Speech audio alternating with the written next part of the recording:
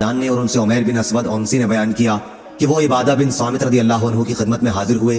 آپ کا قیام ساحل حمص پر اپنے ہی ایک مکان میں تھا اور آپ کے ساتھ آپ کی بیوی ام حرام رضی اللہ عنہا بھی تھیں۔ عمیر نے بیان کیا کہ ہم سے ام حرام رضی اللہ عنہا نے بیان کیا کہ میں نے نبی کریم صلی اللہ علیہ وسلم سے سنا ہے، آپ نے فرمایا تھا کہ میری امت کا سب سے پہلا لشکر جو دریائی سفر کر کے جہاد کے لیے جائے گا، اس نے اپنے لیے اللہ تعالیٰ کی رحمت و مغفرت واجب کر لی۔ ام حرام رضی اللہ عنہا نے بیان کیا کہ میں نے کہا تھا یا رسول اللہ کیا میں بھی ان کے ساتھ ہوں گی؟ آپ نے فرمایا کہ ہاں تم بھی ان کے ساتھ ہوگی۔ پھر نبی کریم صلی اللہ علیہ وسلم نے فرمایا سب سے پہلا لشکر میری امت کا جو قیصر رومیوں کے بادشاہ کے شہر قسطنطنیہ پر چڑھائی کرے گا ان کی مغفرت ہوگی۔ میں نے کہا میں بھی ان کے ساتھ ہوں گی یا رسول اللہ؟ آپ نے فرمایا کہ نہیں۔ تو ابھی کچھ دن پہلے ایک بھائی نے ہمیں ایک پوسٹ بھیجی، تو وہ پوسٹ دیکھی میں نے، میں بڑا مسکرایا اور ان کی بے بسی پر مجھے بہت ترس آیا کہ کیسے لوگ ہیں۔ خیر، ان کی حالت ایسے ہے جیسے ایک بچے کی مرضی کے مطابق اور موافق بات نہ ہوئی تو وہ روتا روتا گھر گیا، بہانے بنائے اور دل بہلا کے سو گیا۔ ان لوگوں نے یہ دعویٰ کر رکھا ہے، اگر سے چورن کہیں تو زیادہ موافق ہوگا، کہ امیر معاویہ رضی اللہ تعالیٰ عنہ کی شان میں ایک بھی فضیلت ثابت نہیں ہے۔ جب یہ معاملہ بنا تو اہل علم حضرات نے اس کا رد کیا اور رد کے طور پر بخاری کی 2924 پیش کی۔ انہوں نے پہل تو اس کا انکار کیا، جس کی وجہ یہ تھی کہ یہ جانتے تھے کہ یہ امیر معاویہ کی شان میں فضیلت ہے، اور جب اس سے کام نہ چلا تو اس میں سکم ڈھونڈنے لگ گئے۔ تو آئیں ذرا اس رزیل کاوش کو اندھے منہ گراتے ہیں۔ اچھا، جو اس کی پہلی سلائیڈ تھی، موصوف نے شروع کرتے ہی کہہ دیا کہ اس میں ایک راوی ہے سور بن یزید جو کہ ناسبی ہے، اور مغفرت والے الفاظ اسی نے جوڑے ہیں، یعنی اس نے ایڈ کیے ہیں اس حدیث کے اندر، باقی کسی ترک میں یہ الفاظ نہیں ہیں، اور اس میں تمام راوی شامی ہیں، ناسبی ہیں، اور شامی امیر معاویہ کے لیے حدیثیں گھڑا کرتے ہیں۔ اچھا میرے بھائی، یہ روایت صحیح بخاری میں 3 جگہ پر موجود ہے، 2924، 2799 اور 2800۔ یہ روایت صحیح مسلم میں 4934 پر ہے۔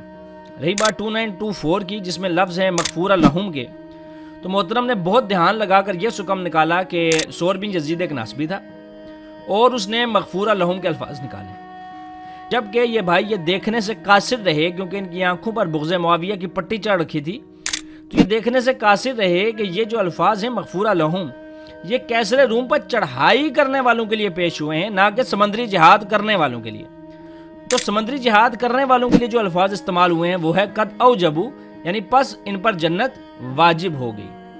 خیر، فرقہ جہلمیہ سے اس قسم کی جہالت کی ہی امید کی جا سکتی ہے۔ امیر معاویہ کے خلاف جس حصے کا انہوں نے رد کیا ہے، اس کا امیر معاویہ کی فضیلت سے دور دور تک کوئی واسطہ نہیں ہے، بلکہ وہ اس حدیث کے دوسرے ٹکڑے کے بارے میں ہے، جبکہ ان کے فرقے کے امیر مرزا جیلمی نے خود اس بات کا اقرار کیا تھا کہ یہ حدیث امیر معاویہ رضی اللہ تعالیٰ عنہ کے فضائل پر دلالت کرتی ہے۔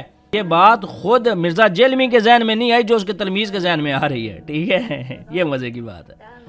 باقی سور بن یزید سے 53 جگہ پر کتب ستہ میں احادیث موجود ہیں، یعنی بخاری میں 5 دفعہ، ابن ماجہ میں 15 دفعہ، ترمذی میں 8 دفعہ، نسائی میں 9 دفعہ اور ابو داؤد میں 16 دفعہ۔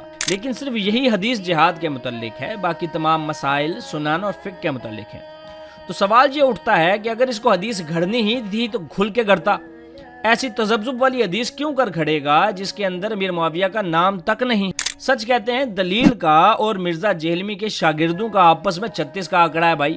جس جگہ دلیل ہوگی وہاں جہلمی نہیں ہوں گے، اور جہاں جہلمی ہوں گے وہاں دلیل کا کوئی لینا دینا نہیں ہے۔ اس کی دوسری سلائیڈ پر وہ کہتے ہیں کہ ابن حجر اسقلانی اور عمدۃ القاری میں اس کے تمام راوی شامی ہیں۔ اچھا مجھے ایک بات بتائیں کہ شامی ہونا، ہمسی ہونا، کوفی ہونا، مدنی ہونا کب سے سکم ہے؟ کس محدث نے کسی شخص کے شامی یا کوفی ہونے کو سکم جانا ہے؟ شامی ہونا کون سا سکم ہے؟ آپ کہتے ہو ابن حجر اسقلانی یہ کہتے ہیں کہ وہ شامی تھے، تو آپ یہ کیوں نہیں بتاتے کہ امام ابن حجر اسقلانی کہتے ہیں کہ اس حدیث سے امیر معاویہ کی منقبت ثابت ہوتی ہے کہ وہ پہلے شخص تھے جنہوں نے سمندر میں جہاد کیا؟ یعنی آپ نے سکم کے طور پر یہ بتایا کہ بھائی سارے راوی شامی ہیں، شامی ہونا سکم ہے۔ ابن حجر اسقلانی کہہ رہے ہیں شامی ہیں، لیکن ابن حجر اسقلانی کہہ رہے ہیں کہ یہ امیر معاویہ کے لیے منقبت اور فضیلت ہے۔ پھر اب کدھر جاؤ گے بھائی؟ خیر، تیسری اور چوتھی سلائیڈ چونکہ ملتی جلتی ہیں تو ہم اسی پہ بات کرتے ہیں۔ کہتے ہیں سور بن یزید ناسبی تھا کیونکہ وہ حضرت علی کو پسند نہیں کرتا تھا، کیونکہ حضرت علی نے اس کے اجداد کو صفین میں قتل کیا تھا۔ امام مالک کبھی بھی اس سے روایت نہیں لیا کرتے تھے۔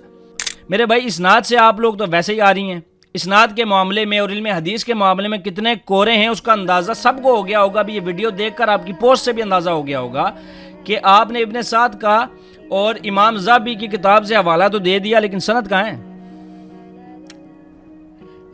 سند کہاں ہے؟ سند نہیں ہے نا. سند ہے نہیں ہے, نہیں سند ہے ہی نہیں تمہارے پاس, سند ہے ہی نہیں ہے.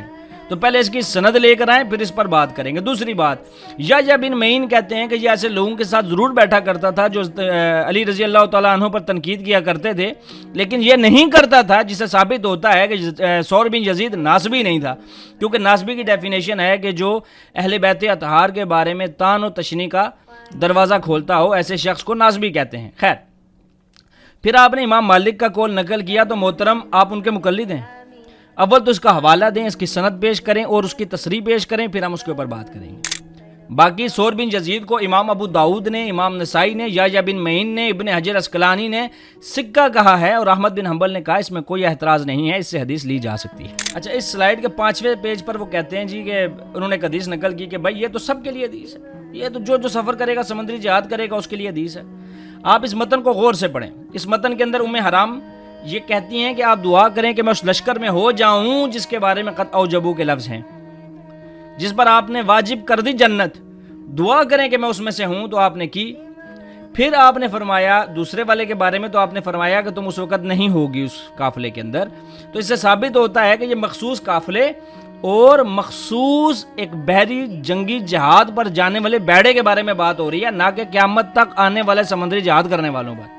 تو خدا کا خوف کرنا چاہیے, بات وہ کریں جو دلائل کے ساتھ ثابت ہو. اور آخری سلائیڈ میں انہوں نے ابن تیمیہ, امام عینی اور ابن حجر عسقلانی کا اقوال نقل کیے. ابن تیمیہ کی بات کو توڑ کر پیش کیا, جبکہ انہوں نے یہاں پر یہ کہا تھا کہ امیر معاویہ کے نام لے کر کوئی خاص فضیلت بخاری مسلم میں نہیں ہے, لیکن انہوں نے, اب یہ لیکن کے بعد والی لائن بھائی صاحب کھا گئے, انہوں نے حنین, طائف, تبوک میں رسول اللہ کے ساتھ حجۃ الوداع دیکھا, آپ کے ساتھ حجۃ الوداع کیا. وہ ان لوگوں میں سے ہیں جن کو رسول اللہ صلی اللہ علیہ وسلم نے وحی لکھنے کی ذمہ داری سونپی تھی. حیران کن بات ہے کہ آپ آدھی ادھوری زندگی میں ہی مر جائیں گے بھائی. کب تک اس طرح آدھی ادھوری زندگیاں اور آدھے ادھورے اقوال دے کے چلتے رہیں گے؟ آپ نے امام عینی کا قول پیش کیا, ہم امام عینی کے قول کا پہلے رد کر چکے, وہ ذکر معاویہ والے مسئلے پر. امام نسائی نے خود امیر معاویہ کی فضیلت کا بیان کیا, وہ بھی آپ ہماری ویڈیو موجود, آپ اس میں دیکھ سکتے ہیں. رہی بات ابن حجر عسقلانی کے موقف کی, تو اس کے اوپر بھی ہماری ایک مفصل ویڈیو یوٹیوب پر پڑی, آپ وہاں پر دیکھ سکتے ہیں. تو میرے بھائی کم از کم دلائل کے ساتھ بات کیا کریں, ہوائی باتیں نہ کیا کریں کہ جس کو بات کاٹنے میں ہمیں زیادہ محنت بھی نہ لگے. 10 سے 15 منٹ ریسرچ اور 10 سے 15 منٹ ریکارڈنگ کے لگیں, تو مہربانی کر کے تھوڑا کام اچھا سا کیا کریں. جزاک اللہ خیر.